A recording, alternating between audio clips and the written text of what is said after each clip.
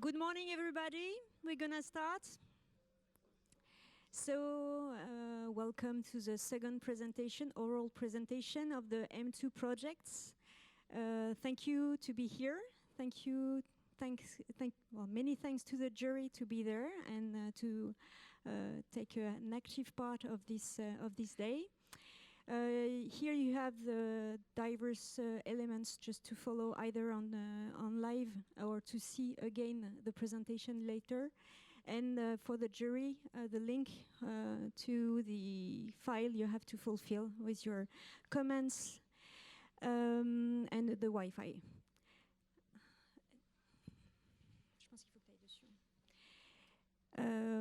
Just as a remembering, today we are, as I said, at the second presentation, so it's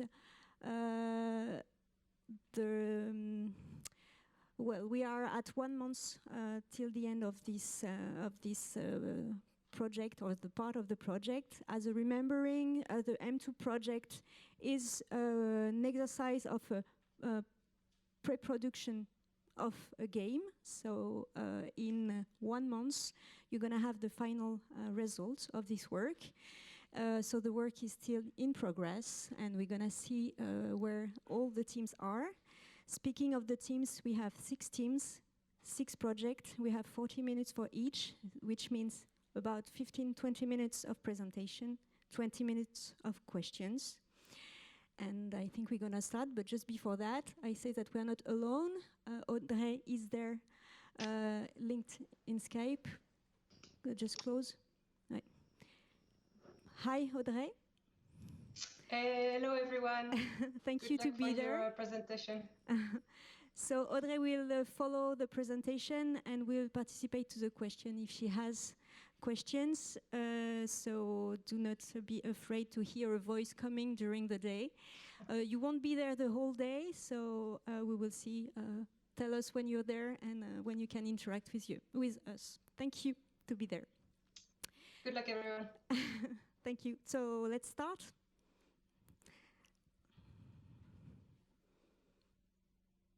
Just to get ready.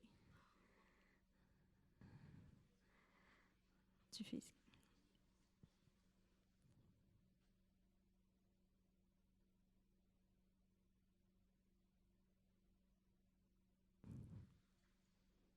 So let's start with the first project, Undiscovered Wounds.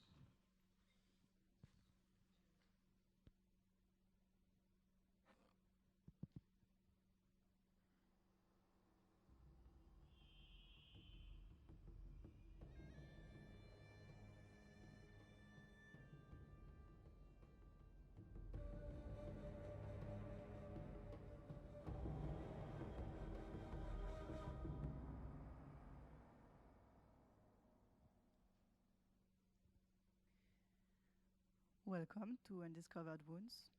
Let's talk about our world. It is a planet very far from its sun, very cold. It can be divided into layers from the start, the surface to the core. First layer is the sky. It's always at night, and it surrounds deeply iced mountains with snow everywhere. Those mountains, they overcome a city that lies protected by a dome from the cold and the snow. Below the city, you will find the roots of a very cold and iced forest of pines. The trees are gigantic, and they are growing vertically towards the center of the planet. Over the treetops, wide and bioluminescent flowers grow and light up the space. Their lights, it allows to discover the peak of other trees, seemingly growing the other way around. Thick vines make that part of the forest darker. If you follow the trunks of the trees, you will find massive and a dangerous flying fauna. Going deeper down towards the center of the planet, you will find a layer of squishy and soft mushrooms in a very warm environment. Those mushrooms, they grow on the roots, on tree roots that deeply sink in the vast ocean, so hot it can cook beings in a matter of minutes. If you could swim through the ocean, you would discover that the core of the planet is made of a vast sky and clouds overlooked by a baby sun. This is the story of Yasha. Yasha is a member of a nomadic tribe living in the vines. Like all the tribe's members, Yasha is obsessed with climbing higher, always. There's a lot of social pressure in our clan over the success of reaching uncharted lands. Yasha falls to the mushrooms level during that quest, and she loses an arm in tree sap. After recovering, she will learn a new climbing technique with her only remaining arm. But she will also be granted spiritual powers, and among the tall trees, she will now see another world, the spiritual world. It is as dangerous as the real world itself, but it brings new elements into Yasha's perception of the forest. Those elements can be innovative and inanimate, but they can also be dangerous and gigantic. From the mushrooms level, Yasha will climb back to a new tribe, the sedentary tribe, living in the big red branches. It is a different tribe from the nomadic one. They have no obsession with climbing, but they want to communicate with the forest and their spirits. They preach harmony with each other, and especially with nature. Seeing Yasha's new powers, they want her to be the new spiritual guide, but she's too obsessed with climbing to even consider it. Yasha will keep climbing. She will keep climbing to reach the nomadic tribe in the hope of still being part of it. Thanks to a link to the spiritual world, she is now stronger than any of her kind, and she will be able to go to uncharted lands further than anyone has ever been before. She will travel the massive forest very fast. In the end, she will reach the city. She will learn there that the city people, they are pumping the spiritual energy to keep the city warm. This is why the spiritual world is getting more and more hostile the higher she climbs. Yasha is obsessed with climbing, and she will keep climbing always more, and that climbing will isolate her and push her into reaching the icy planet's surface. This will almost drive her crazy with loneliness.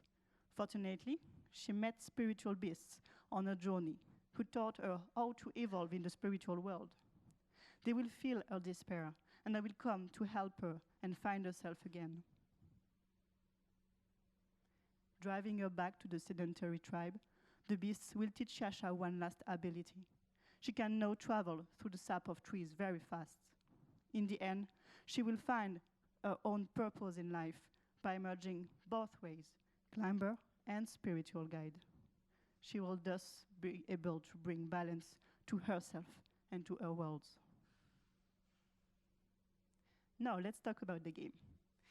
This is a platform and exploration game, and its setting is in dark fantasy kind of world. We have a camera in third-person view and in a 3D environment. Please take a moment to admire Yasha, the heroine of our story. We took our inspiration from different spiritual beliefs throughout Earth.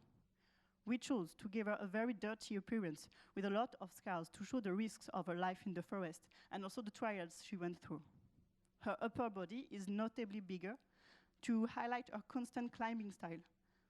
Also, the sedentary tribe, they gave her a sophisticated apparel with bone trinkets to encourage her to take over a spiritual guide duties at the beginning of the game. Her mask that you can see on the left is a depiction of the first spirit she saw, and is carved in wood. When retaking her climb, Yasha will wear a totemic crane in the back. It's not on the slide, but you will see it later on. This totemic crane is offered by the sedentary tribe, but it represents a new ambivalence and it helps her access the spiritual world. In the game, it will be used as a diegetic UI to help the player deal with the spiritual world. So the player will progress in our game by discovering new surfaces. For example, here, he will encounter moss, which is sleepy, and later on he will encounter vines, which cannot be gripped, or ice, which is hard to pass through. He will also meet spiritual beasts, And those spiritual beasts have different behaviors, from friendly to more hostile. And from those beasts, the player will learn. He will learn new movesets that will allow him or her to cross special surfaces, like the one we named earlier. For example, here, for the moss, you will learn how to use enhanced jump spirits to overcome the moss. So we are making a vertical slice to define the overall experience of our game. The vertical slice, it takes place in the dark forest, the darkest part of the forest. It's in the vines where you can find the nomadic tribe. So it's set some hours after the beginning. Yasha already knows how to climb and how to interact with the spiritual world. She's looking for the tribe. We have divided the vertical slice in 3 important aspects we want to underline. First, we want the player to learn to climb as Yasha. The climbing mechanic, as we said before, is a bit specific. You will have to propel yourself with the sole strength of your arm. We call this mechanic the slingshot. You have to use the left joystick to anticipate the jump, and then you release it, and you use the right button to grip the surface you're aiming for. To give you a better idea, we will show you a prototype extract in the next slide.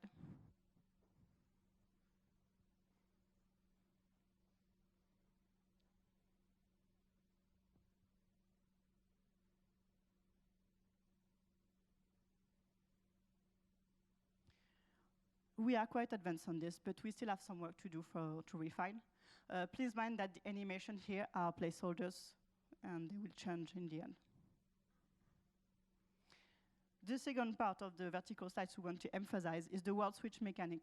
The player has to find a wound, and he will use sound, light, and haptic signals to do so. Once he has found the wound, he can begin to trance, and he will discover another layer to the real world. It's called the spiritual world. That world, it shows new platforms and hidden spirits. In the vertical slice, we are aiming to show moving barks, traveling spirits that you can use as platforms, and enhanced jump spirits, like the one we saw earlier with the moss. If you touch the ground, or if you stand on a platform, on an object, even a spiritual one, the spiritual world will slowly disappear, and you will be brought back to the real world. To be able to go back to the spiritual world and keep climbing, you will have either to go back to the wound you found at first, or find another one. We will show you a quick extract of the world switch system right now as it is.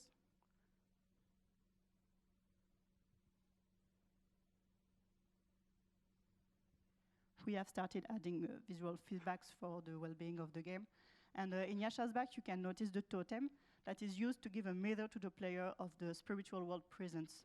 The totem slowly unfills when you stand, and if you stand too long, everything that appeared in the spiritual world disappeared. The last part of the vertical slice we want to underline is the global objective and exploration feel. We want to immerse the player in the narrative experience of the game. And to do so, we will use lights and sounds as signs about where to go and what to find. So you will be able to find platforms, encounter spirits, and in the end, you will discover a path, the path to the new biome.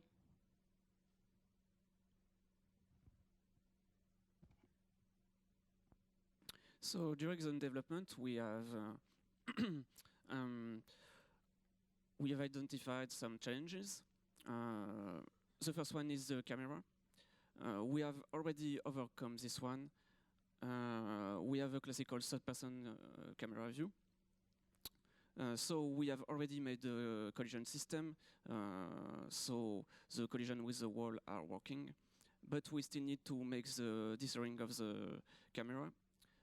And we came up with some interesting camera placement, so you are always able to see the objective, as you can see on the example.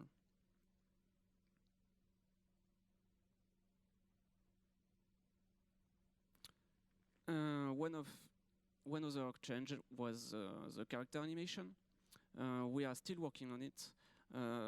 We are waiting for the first final animation to test it in Unity, but we have already tested it with our placeholder animations.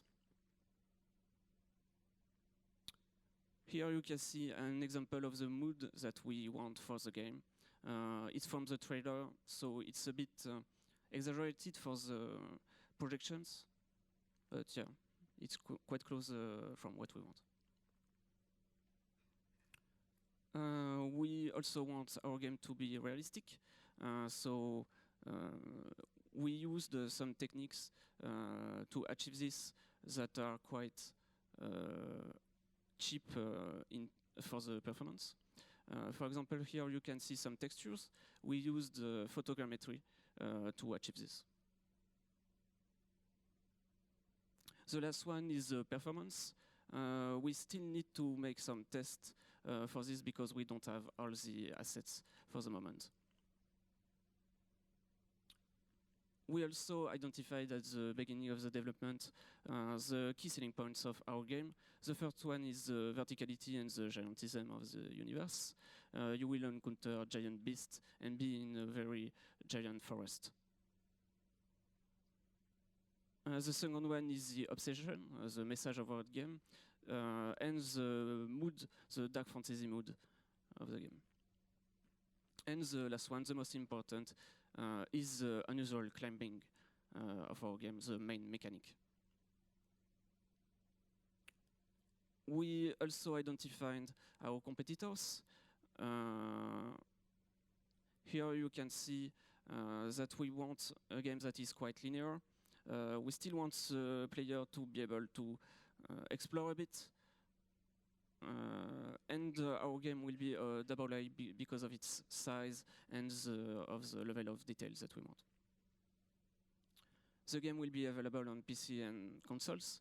We are developing it with Unity and Wise, targeting teenagers to adults, and our economical model is premium, so you will pay a fixed amount to get the game. Thanks, and you can come see us upstairs. We have a prototype to show you.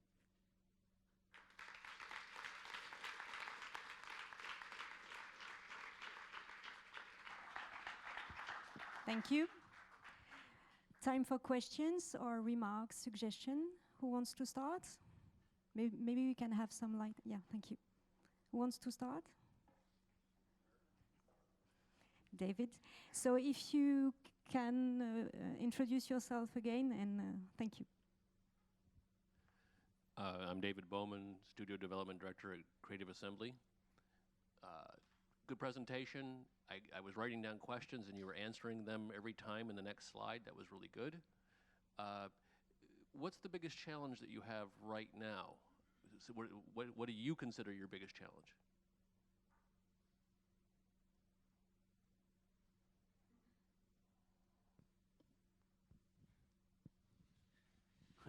Keep passing. So, right now, the biggest challenge is to make the main mechanic feel good, and it will come with we need some stuff to be able to achieve this.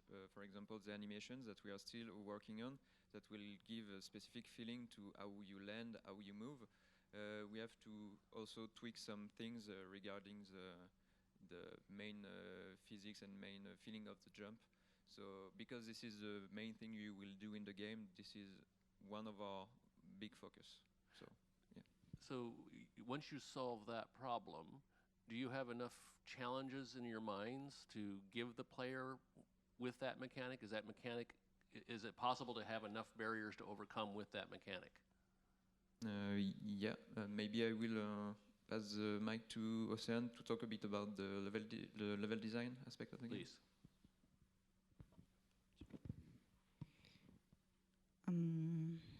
Can you repeat the question, please? So you have an interesting mechanic. It's very simple and direct. And then usually what we do is we challenge the player against that mechanic. Okay, you're good at this mechanic. Now try this, try this, try this. Try different things.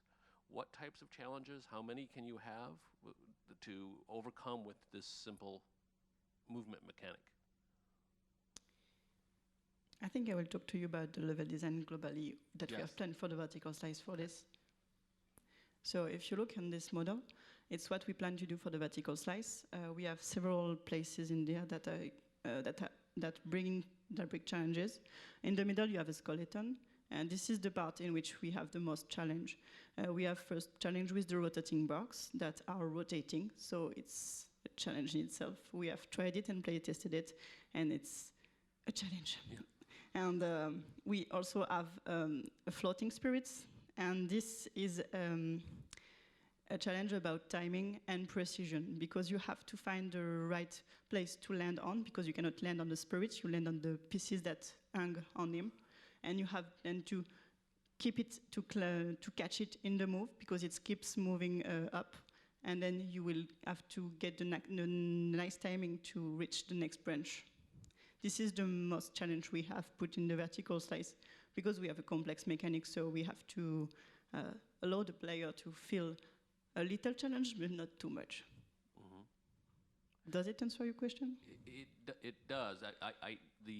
The presentation you made to this point made me think that the player was dynamic, but the world was static. Maybe I missed it. I know you talk about the creatures, the spirits moving, but I didn't interpret in your presentation that meant that the world was quite dynamic. So I was wondering, how are you going to challenge the player if the world was static? So that answered my question. Okay. Thank you.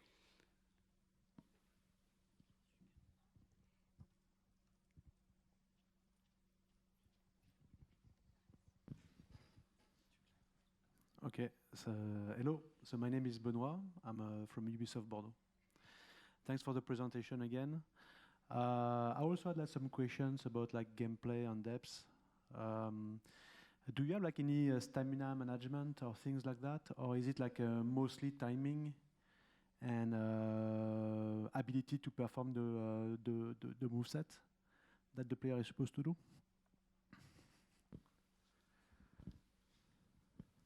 So we don't have stamina management like in Breath of the Wild or something like this. But we do have in the spiritual world a sort of constraint that is more kind of timing based, but it's quite specific to what you are performing in the world. So as we said, when you enter the spiritual world, the only thing that can make you come out of it is standing too long on the ground. But you will regain some spiritual connection while performing some moves. For example, the slingshot will make you gain more connection. The resting gripped to a tree will make you lose connection really more slower. So as long as you're performing climbing and moves, you can stay in the world, and you have to manage a bit this moveset to still stay in connection. So it's not quite a linear timer, but it's more dependent on the moveset you do. And for example, the surfaces that you use, for example, one surfaces in the spiritual world that make you slingshot a lot higher will enhance your spiritual connection at this moment. So it will boost you to this at this moment and make you allow you to stay a bit longer and perform some run on the ground and time it correctly to jump at the last moment to stay connected, stuff like this. Okay. Cool, thank you. Second question for me. So we understand that the main character, she loves to climb. I don't know why, but she loves to climb. And why would I love me to climb? What is my motivation to climb?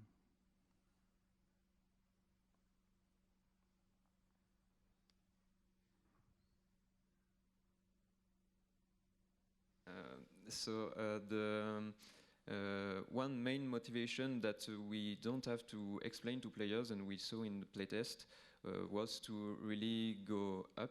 It's a natural objective for most of the players.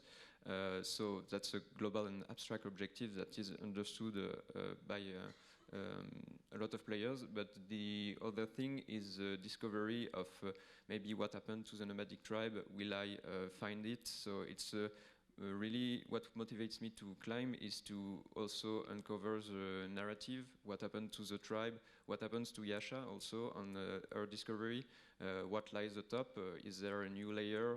For example, the player at the beginning doesn't know what is above this roof of branches, and maybe it's the end of the forest, or maybe it isn't, as there is just a new zone. So the motivation is uncovering the different variations of the world, what happened to the nomadic tribe, what will happen to Yasha, what spirits will she encounter. So it's like uncovering the narrative and the evolution of the world. Cool, thank you. Hi, I'm Pierre-Jean Baudouin, audio director at Ankama.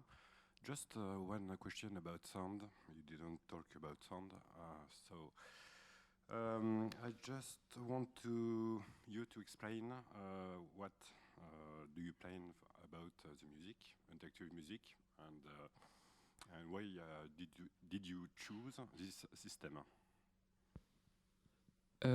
For now, I imagine some soundscapes for both environments, spiritual world and real world. The role of the sound will be to help the player find the wounds. Like when you will see a wound on the bark, but too high to reach it, you will be able to localize it with the sound. And sorry.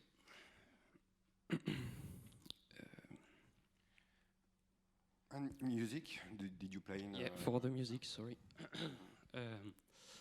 For the music, it will be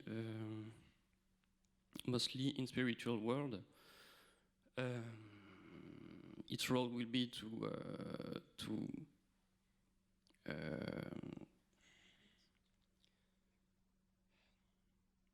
the player will have to be in another world, and Okay, you don't plan interaction. Okay. Actually, we had a little problem with the presentation. We were supposed to have music accompanying the whole part I'm speaking, but the white session with the Skype is not merging well. Okay. Sorry about this. But if you come to the box, you can listen to everything, and we will be glad to have you tested. Okay, thanks. I will just add something about it. Since the beginning of the week, we do have technical problems, and it was not. They didn't get the chance to rehearse in the good position. We thought it was okay for today, but apparently it wasn't. So please excuse us. It's not their fault. It's the system fault. So sorry for that. Other questions and comments? Am I jumping? Sure, go ahead. So Audrey, Game Bakers.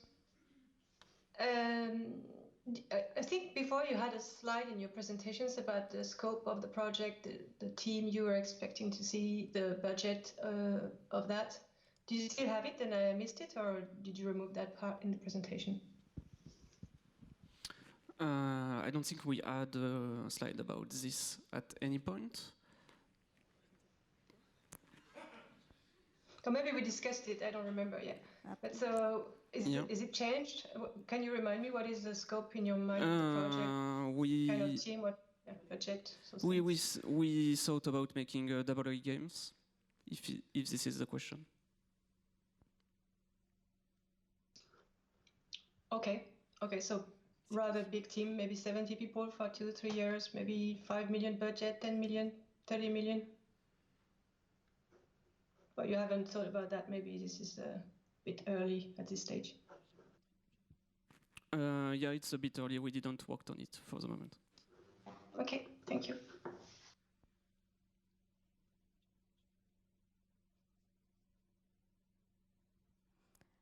Concerning these aspects, all the projects are not at the same step for that, and they're working on it right now. You will have that on the last presentation, I guess. But yes, you will. It's still a point. Is there other questions, comments, suggestions? No?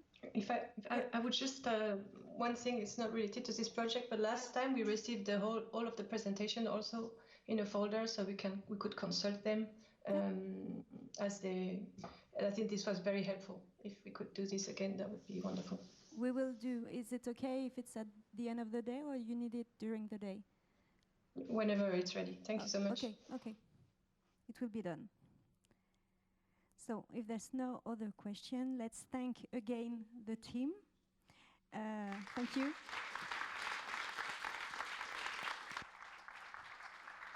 And welcome the second project, which is Quarrel.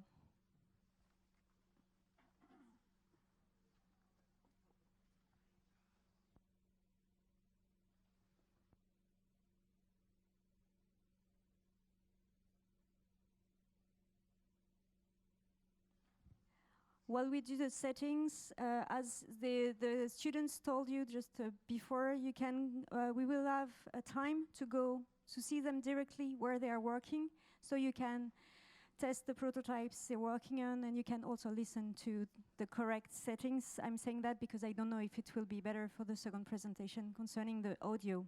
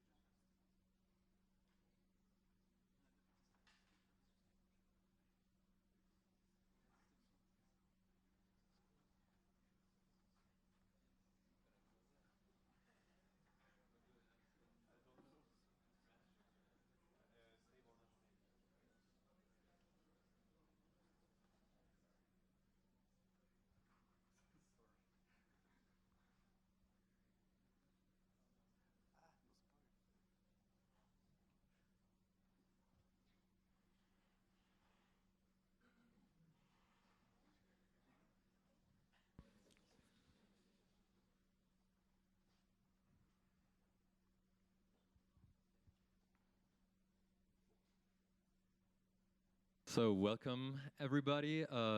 Thanks for being here. We hope you had a nice trip here and that everything went smoothly. Welcome to our presentation, which is no longer that title, but more on that later. First of all, Hugo, can you help us spark our imagination a little bit about this wonderful project? Yes, I would be glad to tell you more about the story. Thank you.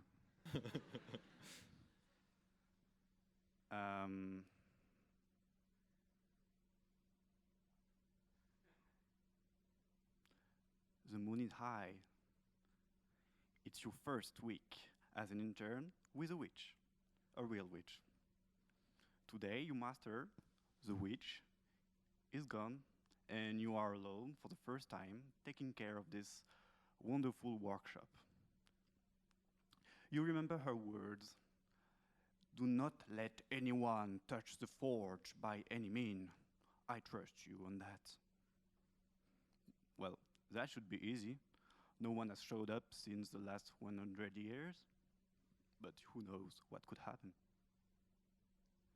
Later, as you were cleaning up the room, you hear a huge crack. Suddenly, a horde of creeps is coming, invading the place, destroying everything. Oh no. You barely know how to fight? Well, you just started how to make magics, but maybe you can improvise something with it. Maybe you could make ancient objects and make golems?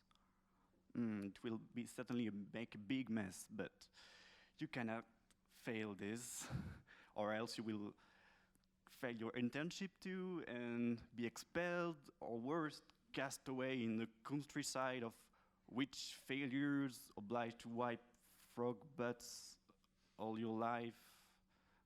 Terrible fate.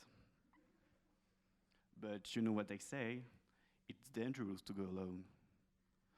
So you roll up your sleeves, jump into the battle, and whoosh whoosh magic, all new title.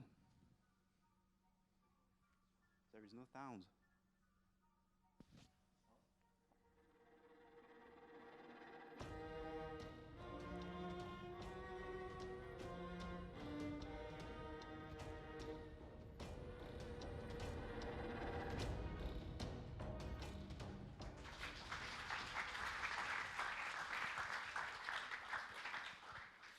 Thank you. Yeah, the volume is normally a bit stronger and more engaging, but I hope we'll fix this during the presentation. To sum up, Cobble and Trouble now is a first-person action defense game that gives the player control over order and chaos. It's for a wide audience of players seeking fantasy action. And unlike conventional takes on the niche tower defense genre, our gameplay focuses on physics-driven action crafting. Again, as an overview on the facts, it's a first-person action defense game for 1 or 2 players in a low fantasy setting. It will be playable on either keyboard and mouse or gamepad on both PC and consoles.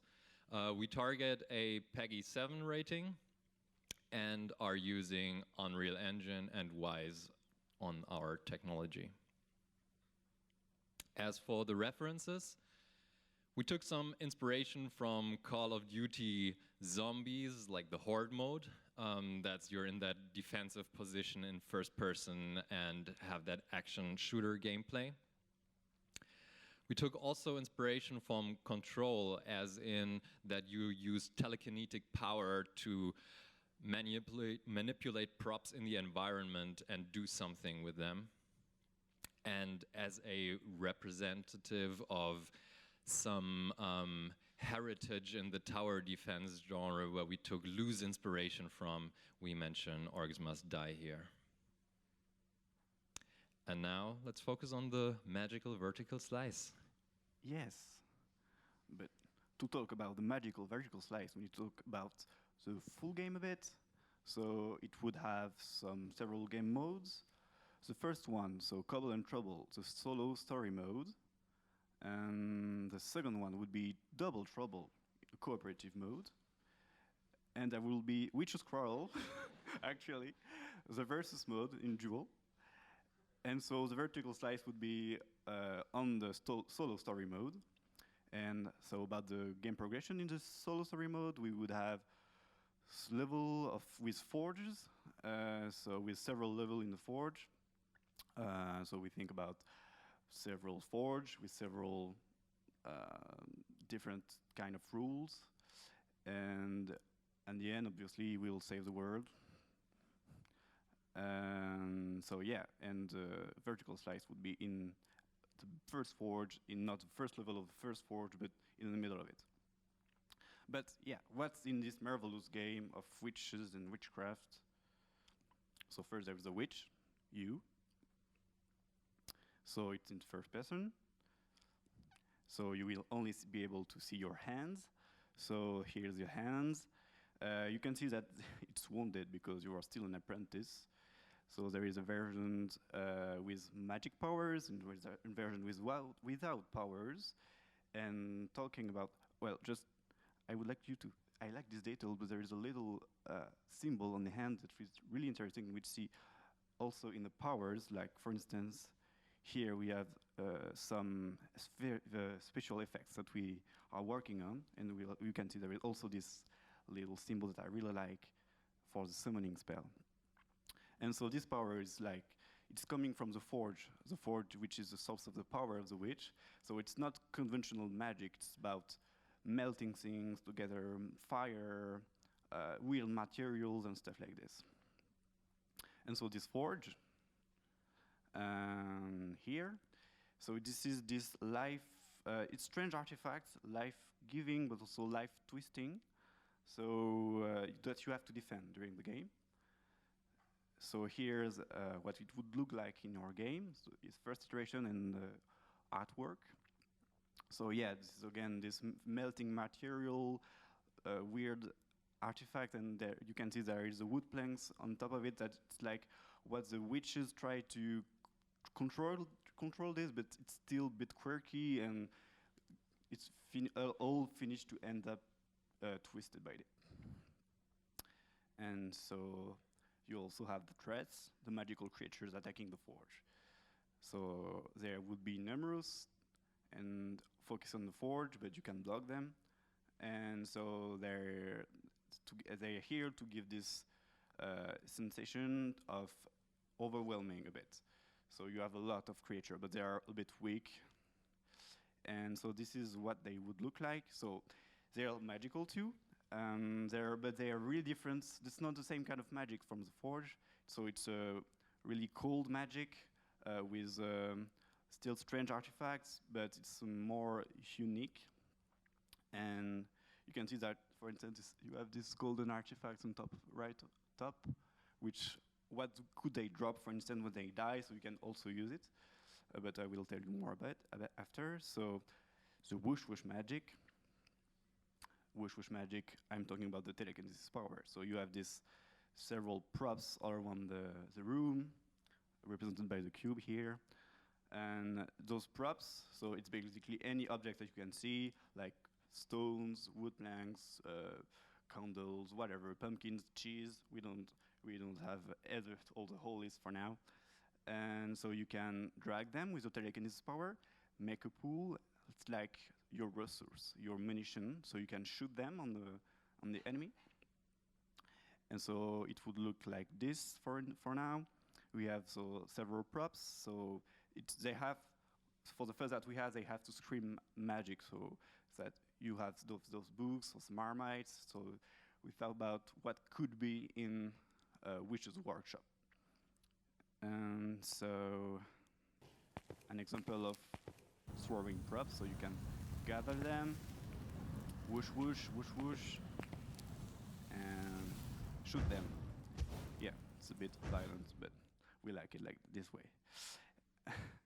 And so the core feature, finally, the magnificent golems that you can build out of it. So you have this pool of objects that you have, and then you aim, you summon, you make this summoning circle, and ta-da, build up together, and you have your first golem that can block enemy in the pathway. This is the main way to block enemies. And so the artwork, so it would look like this. So this is the same energy from the forge that we will have. You can see that there is these several props attached to it, but underneath there is this kind of silhouettes made of energy. So we can still distinguish at any time some kind of humanoid forms, even though the props are a bit quirky and making strange forms. And so how it is now in the work in progress prototype. Yay! And so you could make one golem, but not one, because you have a lot of enemies to face. You can make an army out of it.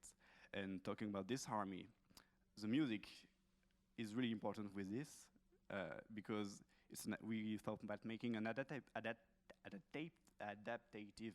music system.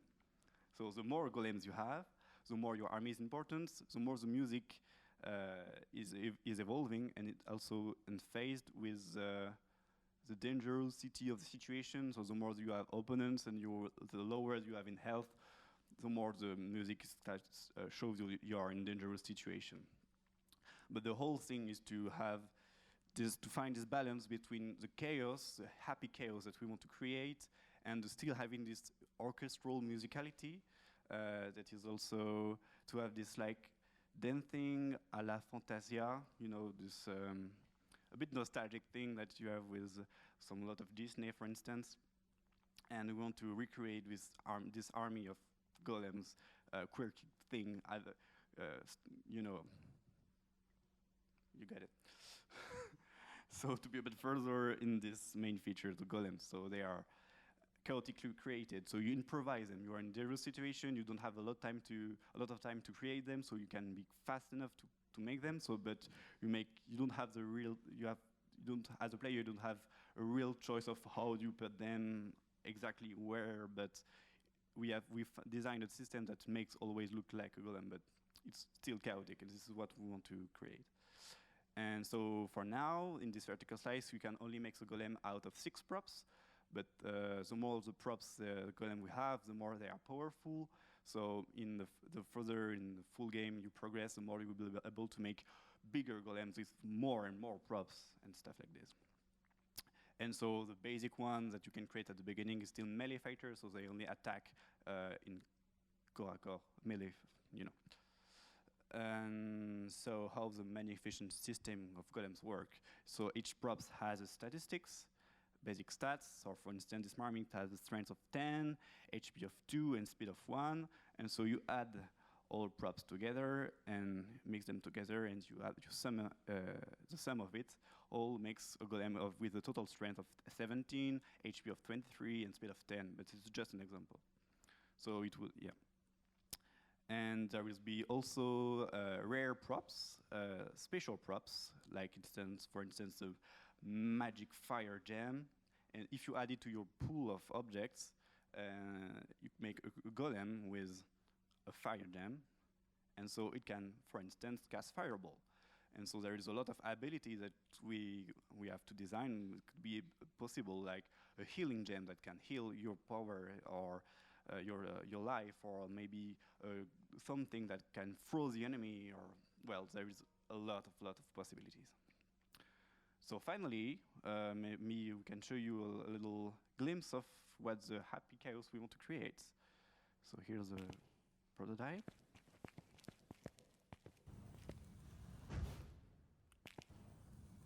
So you have this enemy attacking the forge. You can bring objects, make golems.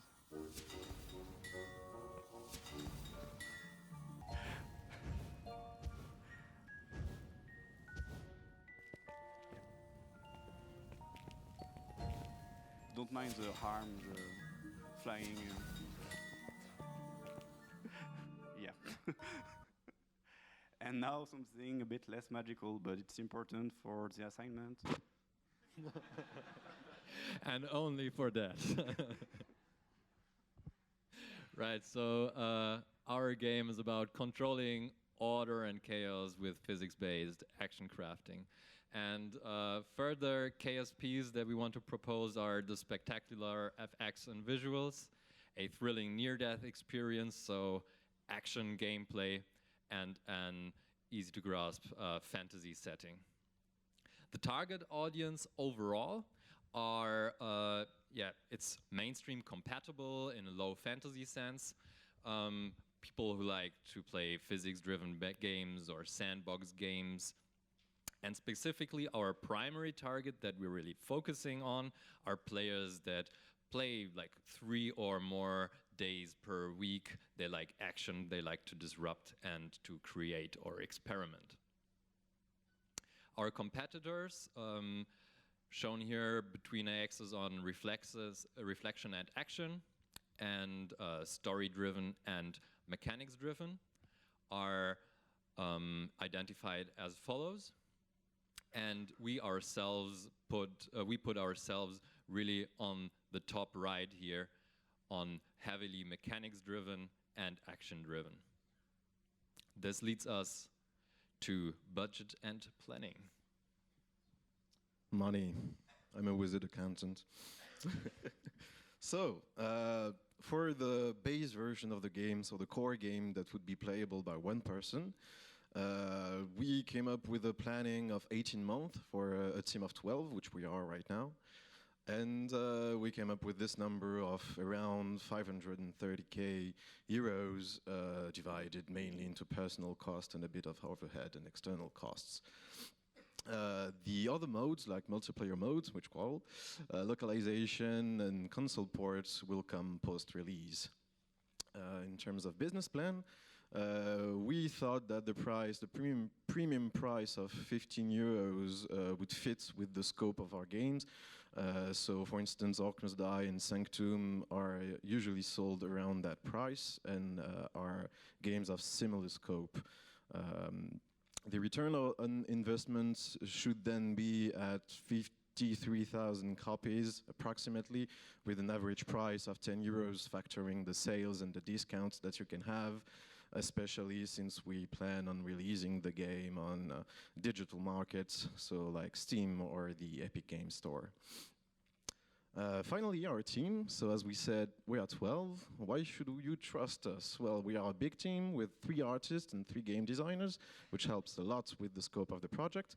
We are experienced in Unreal Engine 4. And we try to develop this project with industry standards in terms of tools and processes. So finally, we also have a strong physics background, which helps tremendously for all the physics-driven gameplay. And yeah, that's pretty much it. So oh, this is a bit messed up. Hugo, can you help me out here? Yeah, thank you, Hugo. Thank you very much.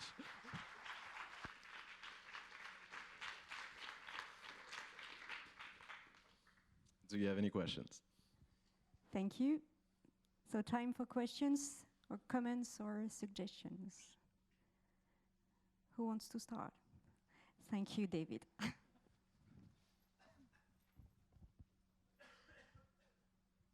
Thank you for your presentation.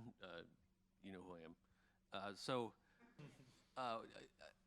You said you're only going to model the hands, but you talked about a two-player version.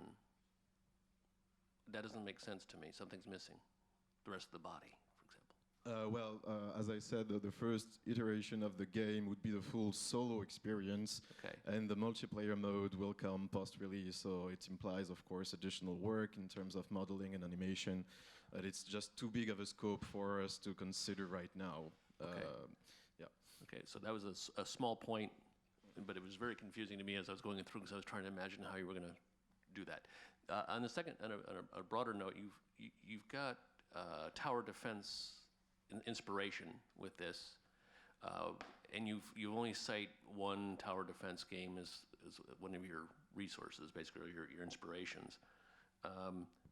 It seems like this is 90% tower defense mechanics that you're putting a really interesting interface on in front of it, which is good, which is valid, but it seems like you should be really studying all the tower defense games that are out there. Is that happening? The Orcs Must Die was one representation. I mentioned that it stands for some tower defense inspirations, but we're really with many things going away from that tower defense idea. That's also why we don't see tower defense games really as our competitors, because we really want to draw inspiration from those aspects, but evolve them into something new. When I was listening to your presentation, the newness of experience interface presentation absolutely was there, but I didn't understand the newness in mechanics. I think it's mainly something about the path of the game. Like we want to do something more action. That's why we had it's way less strategic. It's more on the fly. So you can pick a props with a power, and you can make a power, and it's more an action fast defense game. Okay. We try to evolve away from the tower defense term because it connotes with everything, and we are more like on action-based defense, more like a survival where we can invoke stuff. Okay, thank you. Hello, Rémi Boutin, game designer at Bordeaux. What is the length of a level, and how do you avoid repetitivity?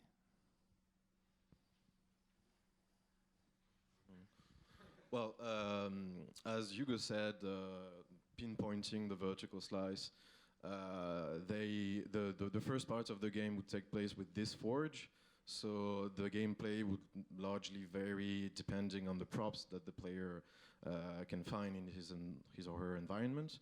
And from that on, as the game progresses, we'll find other types of magic, for instance, plant-based magic or ice-based magic or that kind of things that could introduce more elements into this systemic design that we came up with.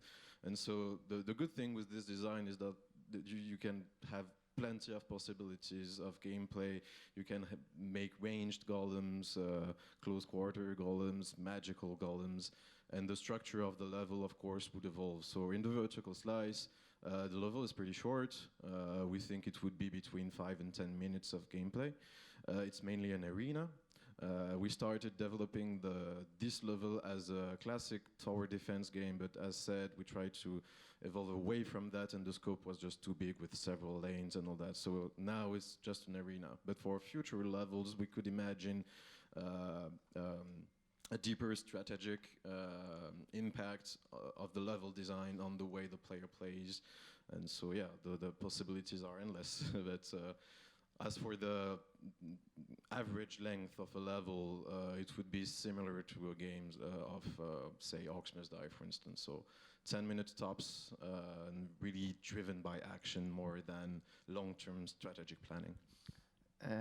Do the player have a progression? For example, you quoted Call of Duty Zombies and Orcs Must Die, and in this game you have like an economy, and you have more and more powerful power and more powerful enemies.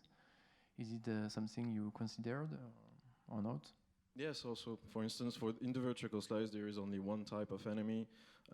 For the upcoming levels, we imagine having several different types of enemies, small one that would attack the players, or a bigger one that would go straight for the forge and that you have to eliminate as soon as possible. And yeah. There's also kind of an aspect of economy with the props, like you can dismantle your golems if you don't need them anymore to create them somewhere else, or enemies can drop props when you kill them, so you can get new props and so on. Thanks.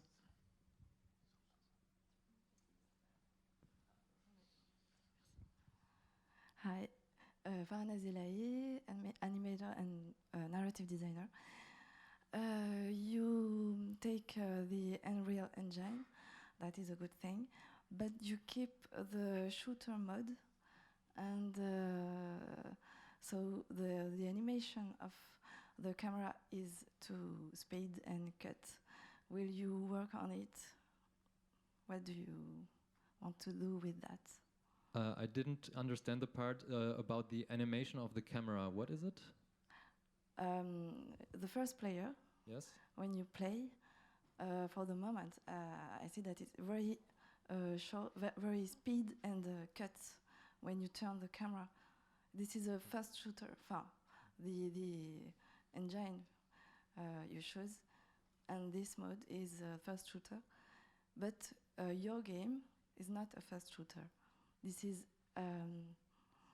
another things. You understand? No? I think it's a technical. Okay. No? I think I understand the question. So yeah, our game is a first shooter, but it's about camera friction. Yeah. We didn't work on it yet on fluid eye. Yeah, so we based ourselves on the first, what is coming with the Unreal Engine, and then we modified it. The speed of the player has been adjusted by ourselves, in fact, by the team. So this is something that we want to have. We want the player to be speedy, and we want the camera to be really also fast. And I think also with the video, you have some more cuts than in reality. But then we can test it with you if you want on the real engine and see if you still have this impression, and then we can work on it. Okay, thanks.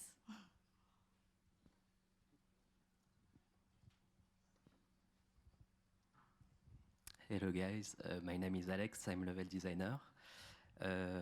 While I was looking at your prototype, I felt like it was kind of chaotic, like a lot of things are happening really fast and everywhere.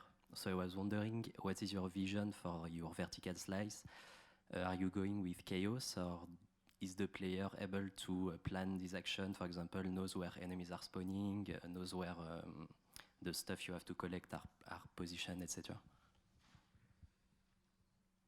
Yes, there will be some system of waves with the first, the enemies are not there from the beginning, so you have a little time to prepare yourself, then the enemies are coming once from one spawn point. There will also several spawn points, so at the beginning there is only one spawn point, then there is a pause, a break, and then there is several spawn points. Yeah, so we have some kind of progression. We also focused really on the core gameplay, like that we can do this stuff. And I think for us, it's really the next step to basically create the balancing and like the tension and the journey with what Hugo talked about, the wave system and so on. But first we need to have really the gameplay and what can be tweaked in place so we can tweak it. Okay, thank you.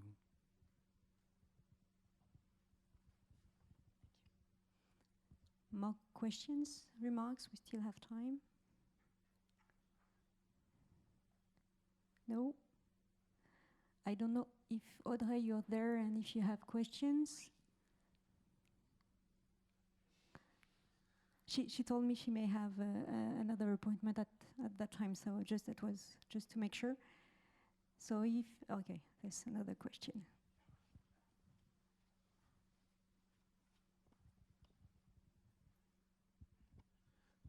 Thank you for the presentation. Let's imagine you can use the whoosh whoosh magic to fly above the field. Would it be against the idea of the game design? No, not at all. It's one of the things that we thought maybe could happen in a full game when in the progression of the game, so which has new skills, maybe new move sets. But yeah, it could happen. And yeah, it could be really interesting to also use this verticality that we try to do in this first level for opportunities of placing some special golems, for instance, all the ranged golems and all that. So yeah, we would love to have some platforming, light platforming in the level so that the player can access some high vantage point. It would also help the player get a better feel of the space of the level and have this strategic overview that you usually have in a tower defense game. But we don't want that to be available at all time for the player. So it would be, the player would have to move to this vantage point, observe the battlefield and take decision and go back to fighting the golems hand to hand or creating golems on point. So let's thank, if there's no other questions or remarks, let's thank again the team and welcome the next. Thank you very much.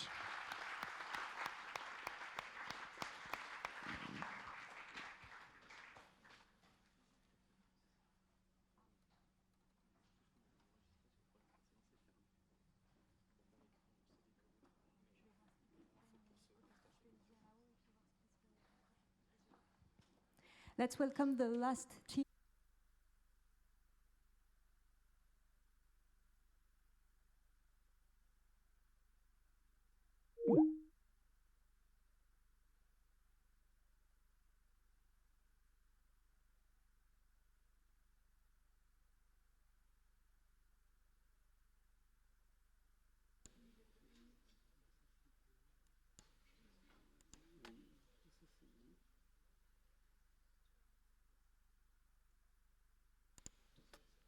Je viens. Juste avant.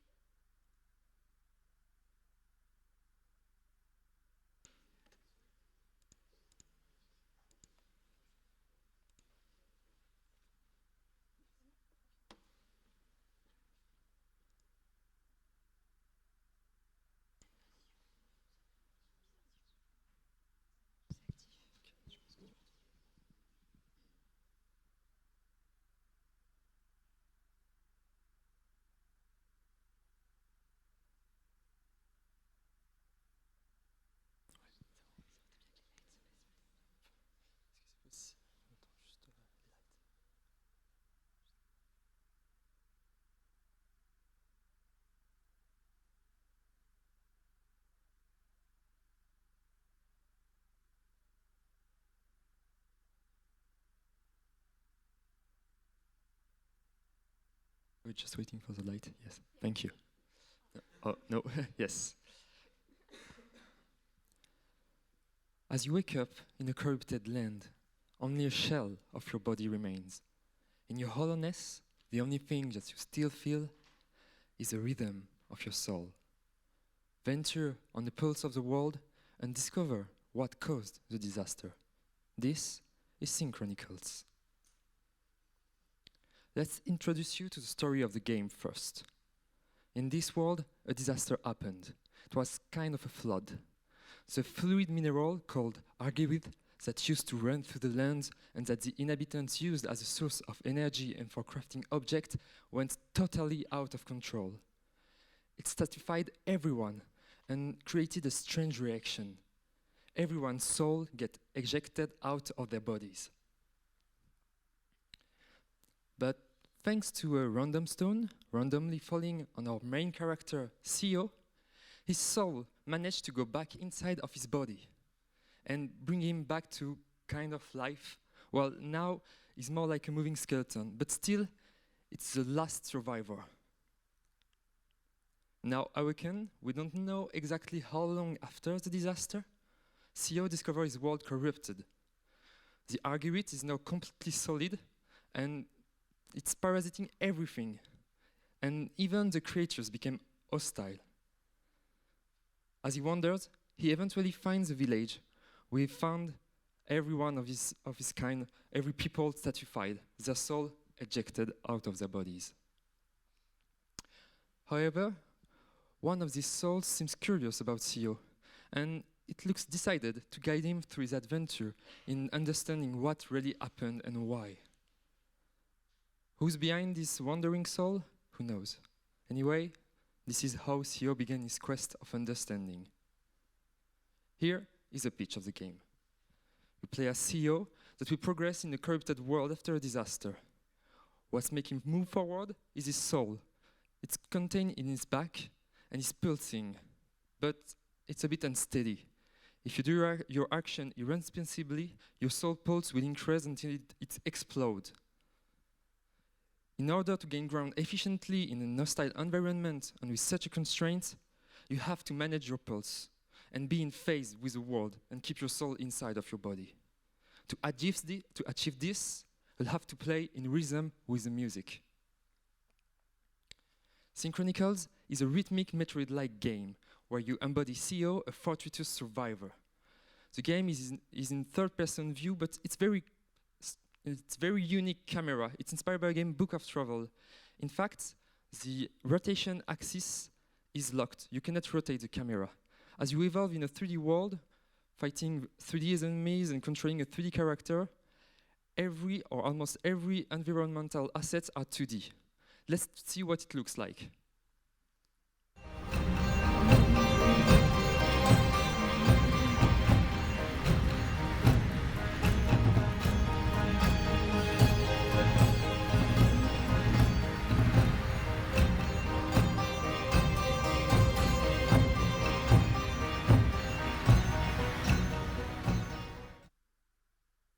Now for the controls, they look like this. It's close to twin-stick shooter control, and they will be mapped for keyboard and controller.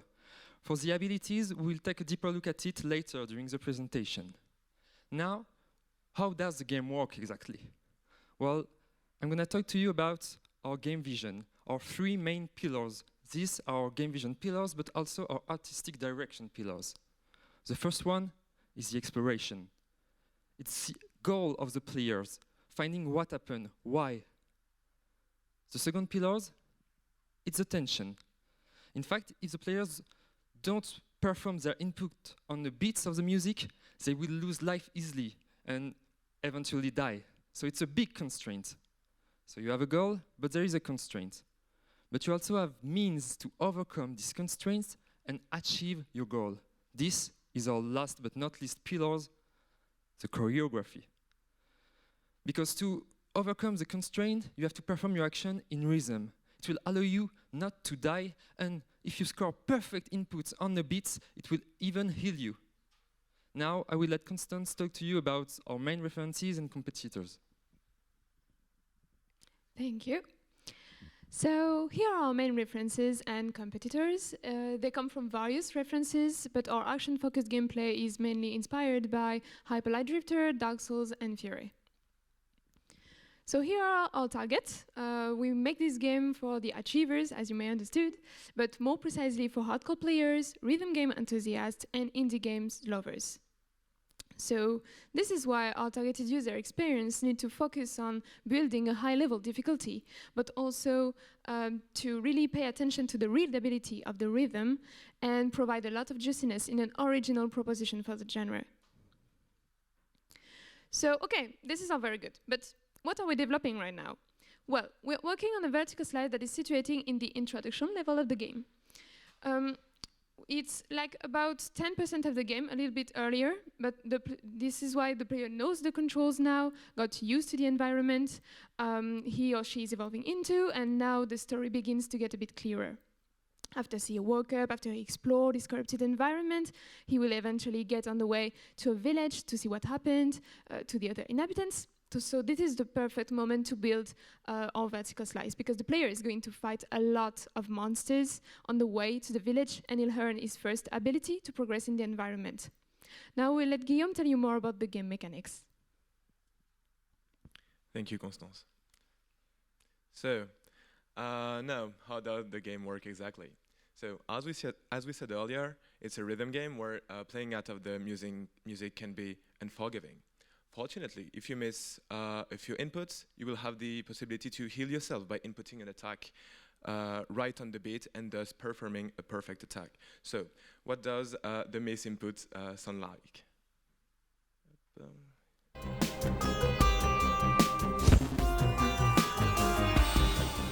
So here, you lose life. Now, what does a perfect input sound like?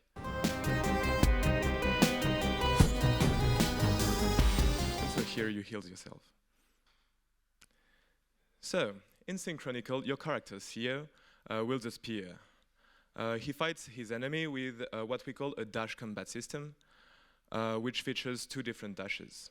So, the first main dash is the rush, which is basically the attack. It's an offensive dash in which the player pierces through his enemies using his weapon.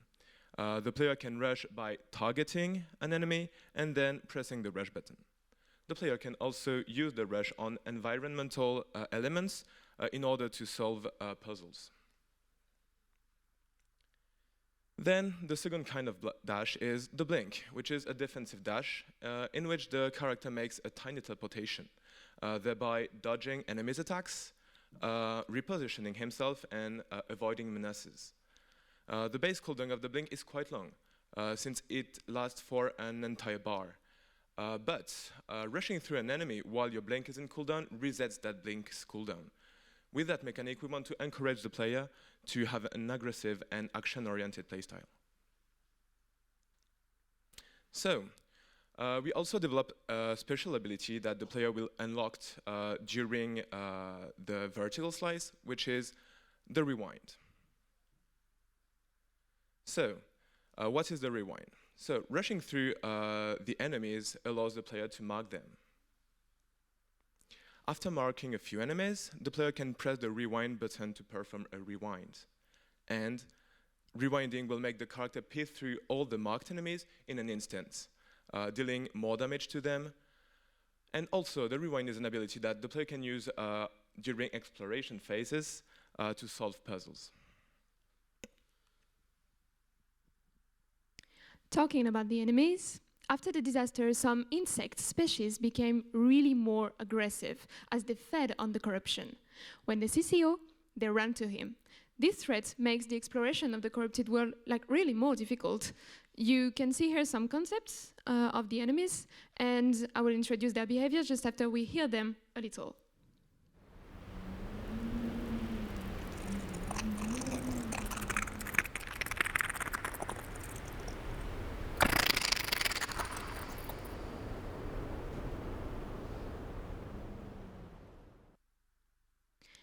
So this is the basic behavior of the enemies. It is common to all insects, with some specificities that we're going to see later. An enemy runs quickly toward the character, prepares his attacks, and knocks. If the players try to escape, he can be hunted down, but if he's too far, then the enemy comes back. So the next two special enemies will be different versions of this basic enemy's behavior. The shield enemy is like the basic enemy, but it's a bit tricky to hit as it's protected by a shield on the front. So you will need to blink behind before rushing through it again, and it will take 2 beats of the music, so it's pretty tricky. And finally, the explosive enemies explodes when it has got a very few life left, dealing a lot of damage. This is definitely something you want to avoid. Let's hear a little sound of what to get the idea.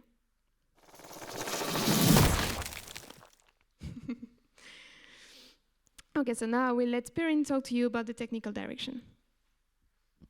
Thanks. As we said earlier, we will blend 2D and 3D art using a distinctive camera and colors that stand out of from the classic red and blue contrast we can find in some of our competitors' artistic direction. We will put some effort on the VFX and SFX so we can have good feedbacks. And we would like to give a feeling of exploring another worldly planet thanks to the music and sound design.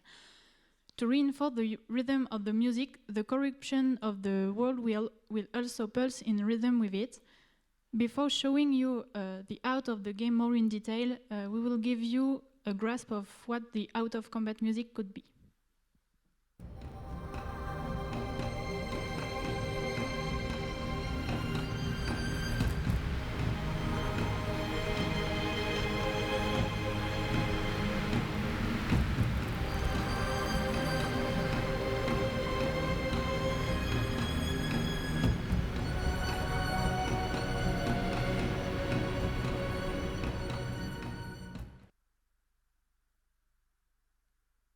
So this is what remains of Theo.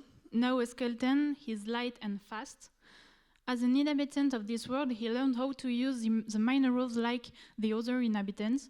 So now that he's free from his stone shell, he quickly forged a spear to help him attacking the strangely aggressive insects that will run to him. He still has some pieces of minerals on his body and he's carrying his soul on his back. Those parts are also pulsing with the mineral corruption of the world. As we said, the VFX will be a big part of the game. We are currently iterating on them and creating new ones, but here are some examples of what it looks like. So we have the blink and rush. Here are some 2D assets for the environment. We are currently working on the 3D terrain to match this art style. We are making good progress on this.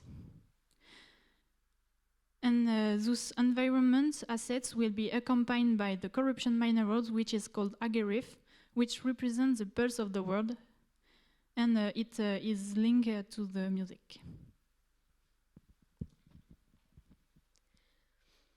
Okay, so now we'll talk a little bit about the level design. So exactly what we'll show you in the vertical slice. So the player's tied down there, and he will face different group of enemies on the way. But he will be blocked because he needs to use the rewind, but it doesn't have it for now. So he will have to go through the little labyrinth up there, and after fighting some enemies, he will eventually obtain the rewind, we hope. And then he can continue if he wants to reach a checkpoint there, and up there will be something unreachable for now. Maybe it would need another ability or something. So he'll have to backtrack down, using the way down, for example, or going back through the labyrinth, and use the rewind. And then he will be able to fight a large group of enemies, which is kind of the final combat before pursuing. So it will be very difficult, and then he can unlock another checkpoint, which is kind of a reward for the very exploration-focused people, and then he will up there go to the real reward, which is an oasis of a lot of vegetation assets and very beautiful. So about the development, we are working on Unity with Wise and working by sprints of 2 weeks since the beginning of the development. We aim to do a very independent production, and that's actually reflects our goal.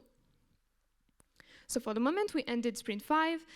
We worked on the systems and enemies, so we have a prototype that you can test on the box, which is working pretty well. And now we'll still focus on the enemies while developing the terrain with a tiny rewind puzzle, and then we'll have some time to polish, especially the feedbacks. So now we'll let Jome tell you more about the game in general. So, we talked a lot about the vertical slice, but there's more than our vertical slice in Synchronicles. Let us introduce you to some of the abilities and the bosses that the game might offer. So the first one is the charged rush. With this ability, the players can charge their rush by holding down the rush button and then releasing it. They will go further, deal more damage, and be able to break through shields and walls, which can be useful during exploration phases. Then there is the Argyris walking.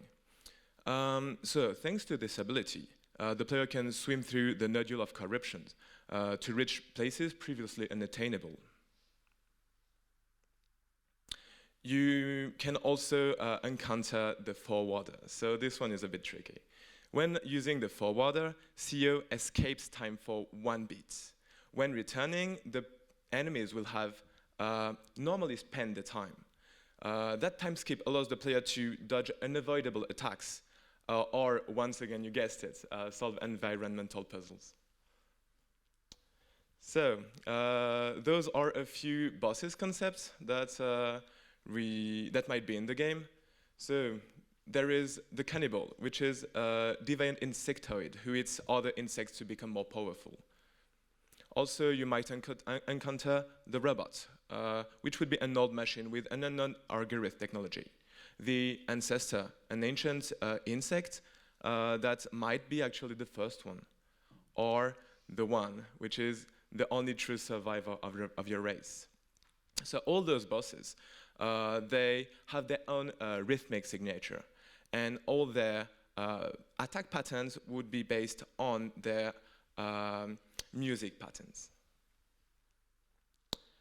Finally, after a long part of the adventure taking place on the surface, the story will lead the player deeper into the Earth to investigate directly on the core of the planets.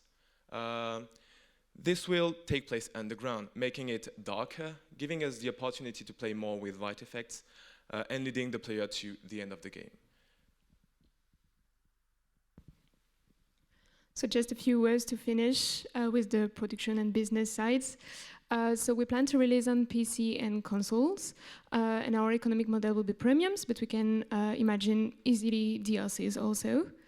Our sales ambition will be to sell 300,000 copies, and the mid price will be around 7.6 euros.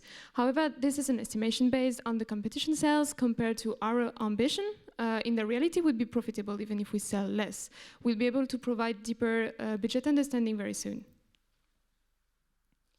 So we identified the must-haves of the full production of Synchronicles. If we succeed to develop all the must-haves, the game experience should last around 4.5 hours, but it can be extended, actually, if we obtain more funds, for example, to develop the game and build different modes. If you want to follow our day-to-day progress, you can follow us on Twitter, and as I said, we have a very great prototype if you want to test it and give your feedback on it directly. So thanks a lot for watching this presentation, and we'll be pleased to exchange with you about it.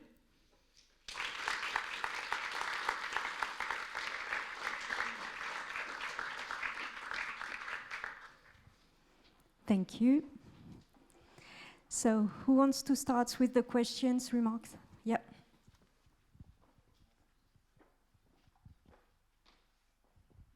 Hello. Nice presentation. You are talking a lot about the fight and not a lot about the exploration. That's my feeling. What have you planned to play with the pulse and the rhythm during exploration?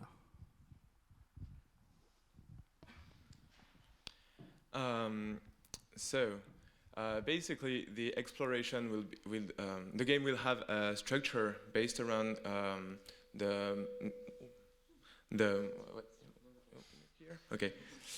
So the structure of the game will be kind of like a Metroid-like game where you will unlock different areas using different kind of powers, thus leading you to unlock new powers, leading you to unlock new areas, and so on.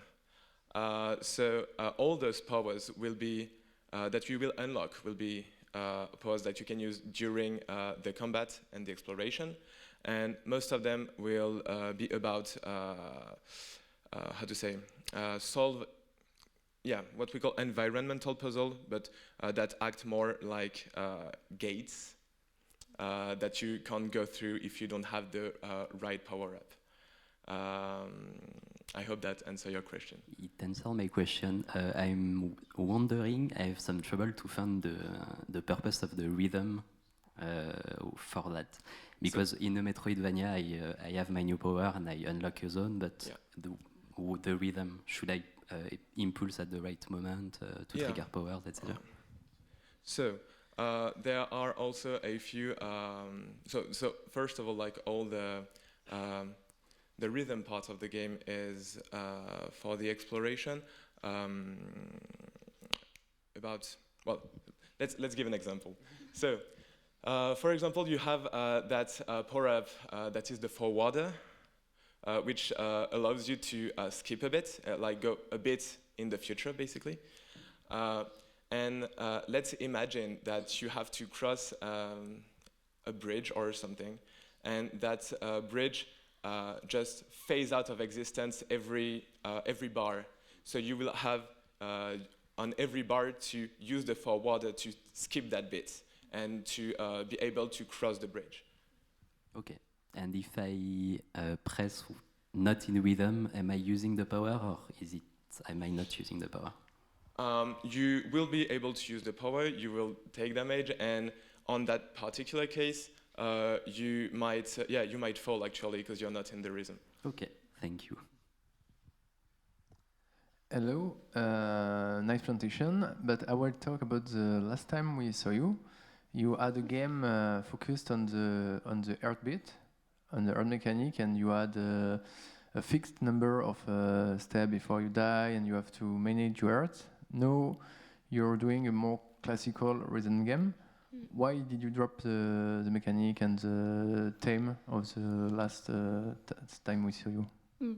Okay, so yeah, actually we changed a lot because we identified last time, and thanks to a lot of feedback also from the jury, but from other people, playtesters, etc., that we had a problem. It was that the fact that the music had a rhythm, and there was a problem of sense because you were having your own rhythm, the whole pace, etc., of the heartbeat, etc., and it was not really linked. So it was really a problem because the attention of the player was like really split, and we identified it as a real good problem because it would be unplayable actually.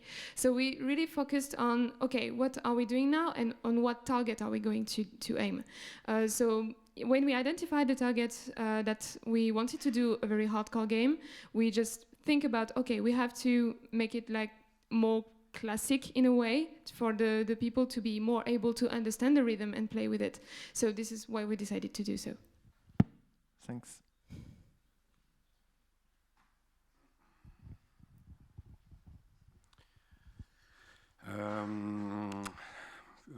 I've got a few questions. Okay. So, first of all, why do you choose realistic sound for the mobs? Maybe SFX and music can be can match together, and you can construct music with SFX and music. So why do you want something realistic? Sorry, I didn't really understand what the insect you're talking about. The enemies. insect, yes. It was like to grasp the feeling of organic things that the insect show. As you can see, they are still pretty organic, and it was to keep a foot in some kind of reality with these insects that are more organics, and to create like a parallel with the music when you will have their sound design attacks and other things like that. We can.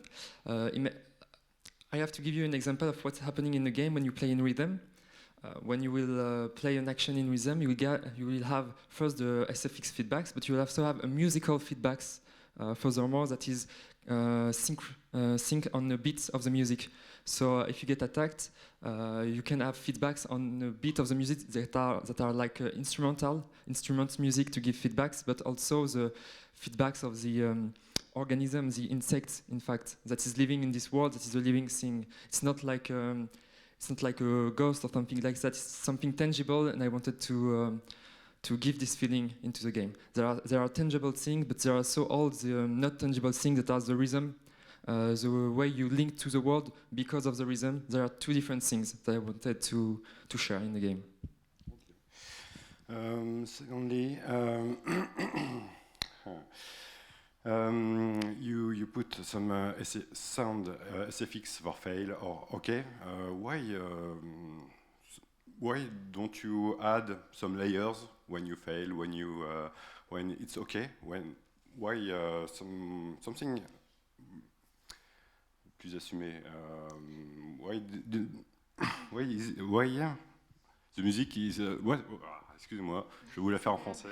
Pourquoi c'est pas encore plus musical dans l'approche? C'est-à-dire qu'il y a encore une partie très SFX, très musique, et en fait on pourrait faire une partition complète dans le jeu, on pourrait avoir quelque chose de plus, peut-être de plus immersif. Je trouve que la partie très réaliste coupe un petit peu les sensations. Bon, c'est une direction artistique, mais il y a une approche qu'on pourrait avoir justement de quelque chose de plus musical encore. Voilà, c'était ma remarque. I don't know. Can I answer in French or... En fait, il y a autre chose sur laquelle je travaille par rapport aux insectes qui va répondre un peu à ça. C'est quelque chose de très cliquant comme son et avec un gros effet de trémolo.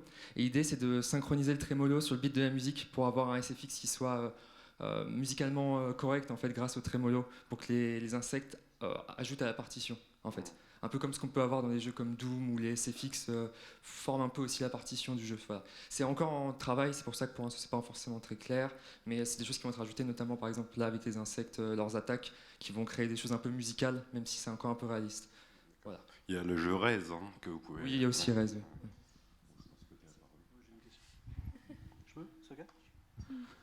Hello. Two questions for you. So you changed the thematic from the heartbeat to the soul and what you explained just before. But the character did not much change in terms of visual. You know, he still has bones, and so you think of flesh, so you think of heart, but you don't think of soul. So why haven't you iterated on the art of the character, or not a lot? Actually, it's because we believe it's kind of still relevant because, yeah, obviously the bone thing reminds a lot of the body and heart thematics, etc. But we were really intending to make a character that looked fast. So this is why we had the bones, etc., which are pretty light and which are kind of still linked to the gameplay, but also to the thematic as the people after the disaster got their soul expulsed out of their bodies, but this character kind of is still kind of carrying it into him, so we can see it through the bones, etc. So it's pretty great. Okay. And about the fight. Sorry. About the fight, I saw there was like so I understand there is like a rhythm gameplay with the fight. Yep. That you can chain like various enemies. Yes. So I think like rhythm is very like the main focus for the character. Indeed. So I saw also there was like a focus button. Focus is if I click the R3 button, then I'm going to focus on someone. Is it compatible with the flow that you want to have? So basically that focus button, it's not the button, it's a stick. So you have a zone around the player, and you can, with your stick, aim at a direction, and you will lock an enemy. Okay. So we don't want the game to be the main focus of the game being about aiming. We want it to be about rhythm and action. So we don't give a naming difficulty. It's basically pretty much auto-aimed. If you give like a general direction of an enemy, you will be locked to it. And so you can concentrate more on the rhythm and the action. But why don't you aim with the left stick in this case?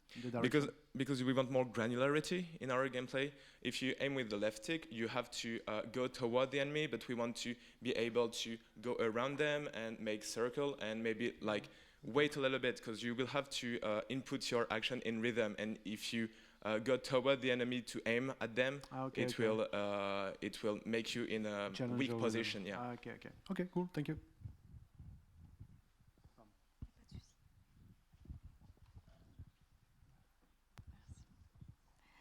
Thank you for your presentation and the parity and the time you talk each other. Your visual is also almost cartoony, and you take realistic choices. I want to ask you, why don't you take that risk to make something more or less realistic? You mean realistic in the sound design, for example? Or No, in the animation and even in your gameplay. Okay. Actually, I think we are aiming for doing something like cartoony, but not that much. We plan to do something stylized, but not really that much into the very realistic thing. And actually, we have a lot of animations who are currently in the machine. So we are working on this. Yeah, it's not in the presentation because we have to make some adjustments. We would be glad to have your opinion about that. But actually, we are working on, for example, the way the character is walking, because he has a leg with stones, etc. So this is something we want to make not that cartoony, because we want to remain serious in the quest of CEO, but it's maybe something we are going to think about again, etc. Okay, thank you.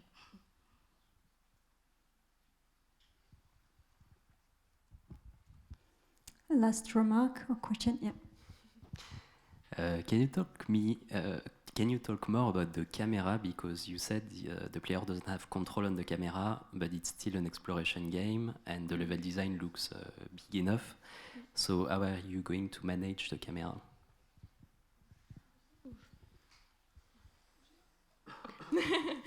So actually we are, for example, can we go back to the level design? I would like to have a support. It's pretty far away, sorry. I think it's about there. Okay. So yeah, actually we have a fixed camera, which will be always like fixed in a way. I don't know if you know Book of Travels. Yes. Okay, so this is basically it. So for the crossing, etc., on the left and right, it won't be any problem, etc. But you're right. For example, for the backtracking one way down, you're not going to see where you're going. So this is why we're going to be very, very precise on the level design. As you can see, all of the way, for example, for the moment, the player will encounter the enemies by going up or by going on the sides. So this is something they can be able to anticipate. And apart from that, we are going to really help the player by leading them with special ways, which are pretty, like for example, in the vast areas, it will be easier because it's when there is a lot of space, it's not really a problem because you can like turn around, etc. But when in the corridor, for example, for the one way down here, we will really not have much information. It will be like very linear, so the player can anticipate a lot. Okay, so you don't plan to work on the camera, different angles, stuff like that. You are more going to work on the level design directly. Perhaps, because for example, in the combat and out of combat, the camera is pretty different. There is a kind of a different angle to be able to see bore, etc. So there is still a different angle for the moment in the game, but maybe we can imagine something else. But for the moment, it's pretty well working. So. Okay, thank you very much.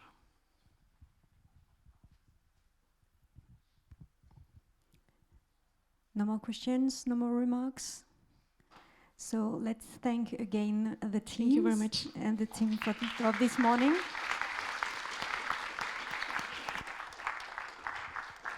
So this was the last presentation for this morning. As all the teams proposed to you, you're warmly welcome to go and see them directly where they are working upstairs. But first we have the lunch break. We do have 2 hours of breaks, so we will be back here at 3 this afternoon for 3 more presentations. Thank you for this morning.